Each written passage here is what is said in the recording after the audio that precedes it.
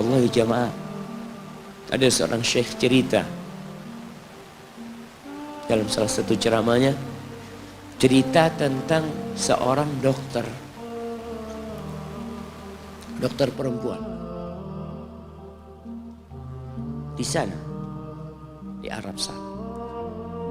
Ada seorang anak lelaki bawa ibunya masuk ke dokter ini, subhanallah. Ibunya ini gila. Anak-anak muda ini, belum nikah, dia bawa ibunya. Nanti ibunya tersenyum sendiri, ketawa sendiri. Masuk ke ruang dokter itu, mejanya dokter diputerin sama ibunya. Anaknya minta maaf, ya dok kata dia. Sekali-kali nanti ngeliat di televisi dokter itu ada gambarnya Ka'bah.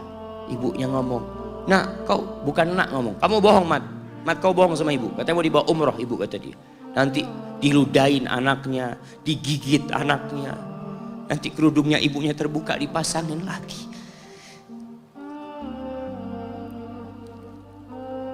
Itu dokter tanya sama anaknya, ini siapa? Ibu anak kata dia. Sejak kapan dia seperti ini? Sejak lahir.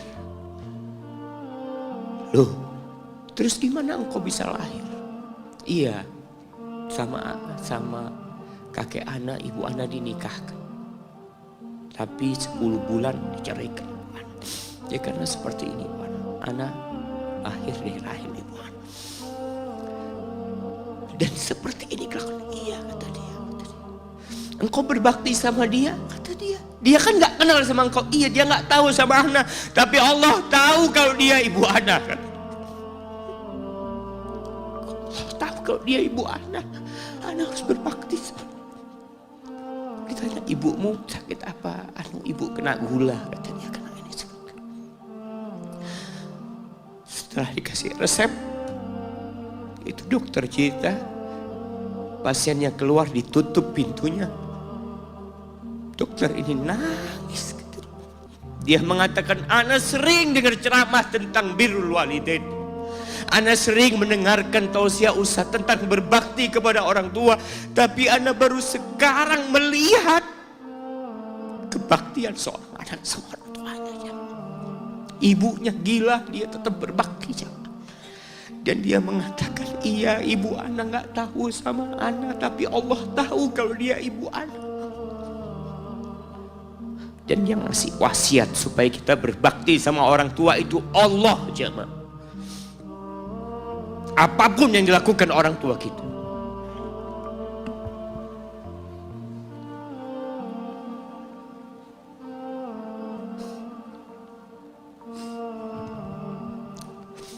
Apalagi ibu. Allah katakan hamalathu ummuhu kurha wa wada'athu kurha.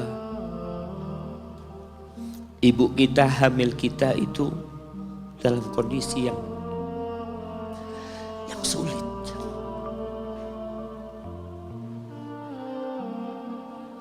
Ada ibu yang harus bed rest demi anaknya lahir. Demi kita lahir, ibu kita itu bed rest. Capek dikit keluar darah. Ada yang harus hamil kita dalam kondisi dia ditinggal sama suaminya. Dia harus cari nafkah sendiri. Ada yang harus muntah-muntah demi kita. Allah. Lalu kita berdiri buat ibu kita. Capek.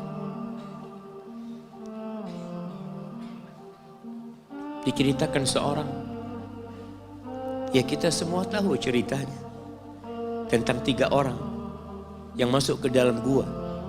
Kemudian gua itu tertutup dengan batu yang menggelinding. Lalu mereka bertawasul dengan amal soleh mereka. Salah satunya yang mengatakan, ya Rabbi, Allahumma, ya Allah, aku punya 2 orang tua. Aku punya 2 orang tua. Yang aku senantiasa memberikan susu kepada keduanya sebelum keluarga yang lain minum susu. Dia sudah menikah, dia punya istri, punya anak. Pada suatu hari, ya Allah, aku kejauhan cari rumput, sehingga aku balik dalam kondisi orang tua sudah tidur. Maka aku pereskan susu buat keduanya, ya Allah. Allah tahu, tapi dia mau cerita sama Allah. Dia ingin tawasul dengan amal soleh dia. Lalu aku taruh di wadah. Aku datang ke bapak ibuku, mereka tidur. Maka aku berdiri di hadapan kedua. Jamaah, bukankah bisa dia taruh di sebelah meja ibunya susu itu?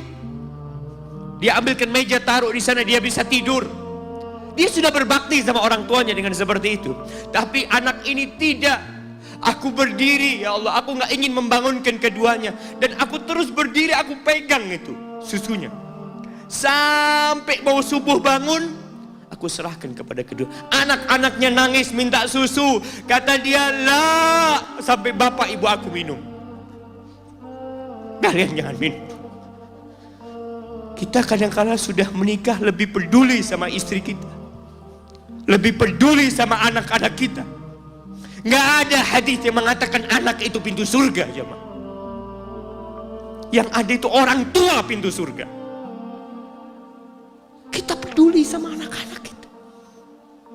Beli oleh-oleh buat istrinya. Ditelepon istrinya mau apa, kepingin apa. Pernahkah engkau telepon ibumu? Tanya, Umi kepingin apa, Umi? Ana lagi dalam perjalanan, Umi. Jamaah, itu anak, Masya Allah, dia berdiri. Kenapa dia kuat, jamaah? Karena dia tahu Allah yang nyuruh dia berbakti. Mungkin tidak ada yang melihat berdirinya dia, tapi Nabi ceritakan berdirinya dia. Dari malam jamaah sampai pagi, berapa jam dia ingat, ibuku hamil aku 9 bulan. Capek. Ana semakin tahu dengan tugas besar seorang ibu dan pengorbanan seorang ibu setelah Ana menikah. Setelah Ana tahu bagaimana istri Ana hamil, ketika dia harus tidur gak enak, makan muntah aja, Ana melihat istri Ana sampai lemas dia muntah. Ana ingat, begini ibu Ana hamil Ana. Lalu kita lupa, jemaah. Kita sok sukses, mungkin engkau lebih sukses dari orang tua. Tapi kalau nggak ada bapak ibu, engkau nggak akan pernah lahir di muka bumi. Allah ceritakan ibunya hamil dia. Wa wada'athu kurha, dan melahirkannya dalam kondisi sulit. Kadangkala perut ibu kita itu disobek demi kita keluar dari perut ibu kita. Antum meninggalkan luka di ibu, itu dijahit. Kalau antum anak ketiga, Allahu Akbar, berapa kali dibelah perut ibu kita, tubuhnya jadi jelek gara-gara kita. Tapi dia nggak peduli, yang penting antum lahir dengan selamat. Kalau ibu kita dikasih pilihan, ini nggak bisa diselamatkan dua-duanya, salah satunya akan meninggal dunia. Kira-kira apa kata ibu antum? Iya, nggak apa-apa dok, selamatkan bayinya dok. Nggak apa-apa dok, biar dia lahir dok. Subhanallah. Berapa banyak ibu yang meninggal dunia ketika dia melahirkan anak. Wa hamluhu wa fisaluhu 30 syahra. Hamilnya dan menyusuinya itu 30 bulan. Artinya bukan ketika antum lahir selesai lelahnya ibu kita. Memang ketika antum lahir dengan selamat, Allahu Akbar, ibu itu lupa dengan rasa sakit dia 9 bulan. Ibu itu lupa dengan jeritan dia mengeluarkan kita ketika kesakitan. Itu lupa. Dia tersenyum, dia bawa anaknya, ditaruh di dadanya. Allahu Akbar. Kalaupun ada air mata yang menetes, itu air mata kebahagiaan orang tua dengan hadirnya kita di muka bumi ini. Lalu kita bisa berjalan. Kita nggak bisa apa-apa lahirnya. Allah rekam kebaikan ibu kita. Kita disusui sama ibu kita. Berapa bulan? 2 tahun. 24 bulan disusui. Mungkin ada yang kurang, mungkin ada yang lebih. Tapi yang jelas kondisi kita tidak bisa berbuat apa-apa. Kita hanya bisa menangis, jemaah. Antum lapar menangis, buang kotoran menangis. Siapa yang datang membersihkan kotoran antum? Ibu antum. Yang gendong antum siapa? Ibu antum. Dia susui. Subhanallah, sampai anaknya agak besar sedikit, diajari bicara sama ibunya, diajak ngomong sama ibunya, diajarin berdiri sama ibunya, diajarin berjalan sama orang tuanya. Allahu Akbar. Kemudian ketika antum sukses, antum berangkat ke luar negeri, antum berangkat ke luar kota, meninggalkan kedua orang tua antum, boleh, asalkan dengan ridho orang tua antum. Kalau ibu antum telepon, antum di Batu sini, kuliah, sampai sukses jadi pengusaha di sini. Ibu antum di kampung telepon, nah ibu ingin engkau balik ke kampung. Jangan pernah mengatakan, bu anak kerjanya di sini ibu. Saya ditugaskan di sini, tinggalkan semua pekerjaanmu, pulang ke rumah. Ustaz, gimana dengan istri dan anak-anak anak? Yang ngasih makan istri sama anak-anak antum itu Allah Jalla Jalla. Bawa pulang ke kampung, hidup sama ibu antum.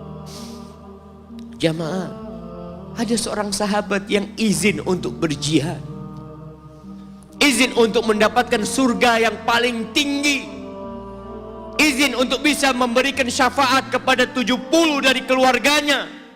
Kalau dia mati syahid, dia datang kepada Nabi SAW, ditanya, bapak ibumu hidup? Iya, kata dia. Pulang engkau ke sana. Fathammal jannah, di sana ada surga. Ilzam rijlaya, engkau tetap di kaki ibumu. Ini mau jihad, bukan mau cari fulus, jemaah. Bukan mau cari kenikmatan dunia, dia mau cari surga. Tapi pintu surga yang paling baik orang tua dapat jauh-jauh. Jamaah, wallah, ketika antum nangis di kasur ibu, di dapur lagi masak, dimatikan kompornya, dia datang jumpai antum. Antum lihat, anak sering lihat ketika kajian, bagaimana seorang ibu yang gendong anaknya yang nangis. Dia ingin dengarkan kajian, tapi engkau menghalangi dia untuk mendengarkan kajian dengan baik. Dia harus gendong. Kadang-kadang nggak boleh deket-deket kajian, yang bawa anak tempatnya lain, dan dia nurut. Engkau ganggu hidup dia dari sejak engkau lahir. Kemudian setelah engkau dewasa, engkau nggak berbakti sama ibu. Lupa dengan wa hamluhu wa fisaluhu 30 syahr. Di masa Umar bin Khattab, ada seorang yang datang kepada Umar mengatakan, ya Amirul Mukminin,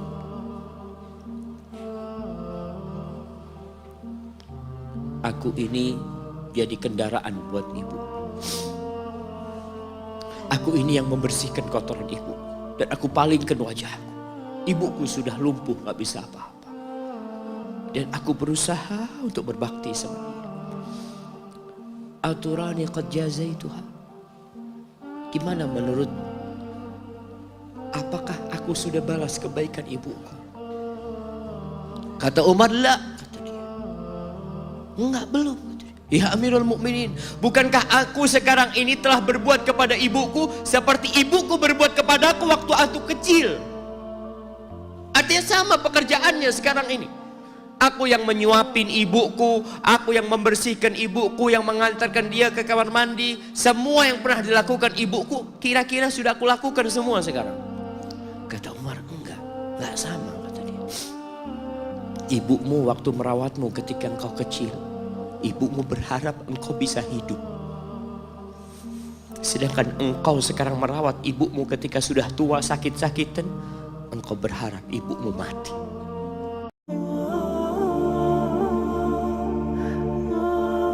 Lalu Ibnu Jauzi berdoa, Allahumma in adzabtani ghadan. Ya Allah, kalau kau besok mengazab aku, jangan kau kasih tahu orang-orang itu. Li'alla yuqal, agar supaya tidak tersebar pembicaraan azaba man da'a ilaih, azaba man dalla ilaih, supaya orang-orang enggak ngomong